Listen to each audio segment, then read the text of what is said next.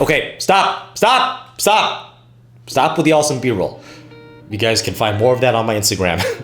This is the Nike Vapor Pro 2, and this is my full review on it, coming in at over 25 hours of playtime.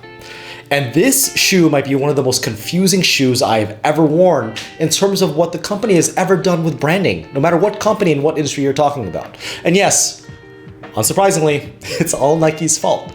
But let's take a deep dive on what this shoe is really all about. I did a review on the previous version of this shoe. I will leave a link to that in this corner if you guys haven't seen it already. Over the past 3 years, Nike has really dropped the ball in terms of tennis shoe quality, at least for me as a consumer. What about you guys? Let me know. The previous version did somewhat redeem Nike tennis shoes as a whole. It was a lightweight, somewhat unstable, but overall a comfortable shoe that was fast that appealed to many players that valued speed over durability. And without a surprise, Nike has released a Nike Vapor Pro 2 to the public in the earlier parts of 2023. Even just by looking at these shoes side by side, you can definitely tell that they restructured the shoe from the ground up, which may or may not be a good thing, but again, more on that later. In terms of just holding these side by side, the version 1 is skinnier and a lot more aerodynamic than this more recent version. And holy shit, if you take a look at the weight, the previous version is weighing at 12.9 ounces, while this version is coming in at a whopping 14.3 ounces, which is not only 1.4 ounces heavier, but this puts this most recent version at one of the heaviest shoes I have ever play tested with. By the way, the weights here listed are the US men's size 10.5. Let's talk about what this shoe does well. But as always, don't forget to hit like, subscribe, and that notification bell for more original tennis content. It really helps out this channel.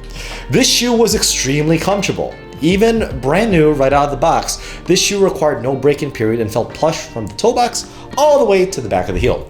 I also appreciated the mid-level ride that this shoe offers. It felt higher off the ground than the Zoom Vapor Cage 4s that felt just a little bit too low for me. Also, this was a very durable shoe. Even after 30 hours on the tennis court, either hitting or playing matches, treads are barely dinked on.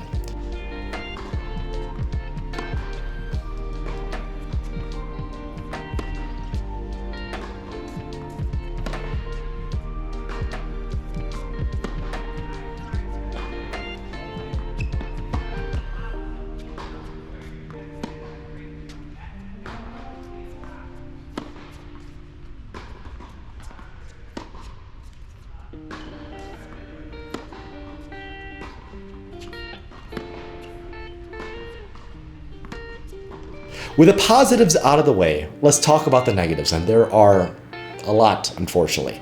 This shoe does not have good ankle support. There are many times when doing some hard cuts on both indoor and outdoor hard court surfaces, I felt that the ankle support just gave out, and I needed an extra step to recover. But at that point, the balls already went past me for a winner for my opponent. And for some reason, this happened significantly more on my left foot than my right foot. Let me know if that ever happens to you guys. Also, there's way too much room in the toe box for me. Next, there were some instances where stopping via split step and backpedaling resulted in my foot being stuck for a split second. Think like a pivot foot for basketball. I think this had something to do with the material of the toe guard, along with the combination of the fourth issue that I'm going to talk about, heel slippage. This was the second worst shoe I've ever play tested when it came to the heel slippage issue, which should almost never be an issue for tennis shoes that are over $100 MSRP. I will leave a reaction review on that certain Nike tennis shoe in this corner if you guys haven't already. And by the way, it's not a good review. Shame on you, Nike. This shoe is not only heavy in static weight, but it's the heaviest feeling shoe I have ever place tested so far. Also, the name of this shoe is extremely misleading. The only three things that this shoe has in common with its predecessor is, first of all, Nike, the high price tag, and my seventh and final complaint. There is no durability guarantee on this shoe. For $120 retail for a shoe as heavy as the Nike Vapor Pro 2, I am expecting a 6-month durability guarantee, which clearly didn't exist. The predecessor is excused from this because it is a much more lightweight and agile shoe.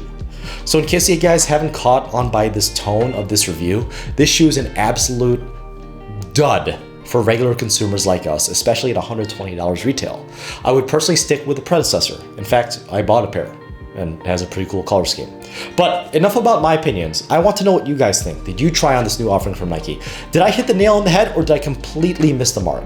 Let me know in the comment down section below, or better yet, join my Discord server where we have a specific text chat about tennis shoes and other channels for all things tennis. This pair of shoes was play tested with a game day insoles at 9.5 US men's size and a flat foot profile with medium width. And as always, guys, happy hitting.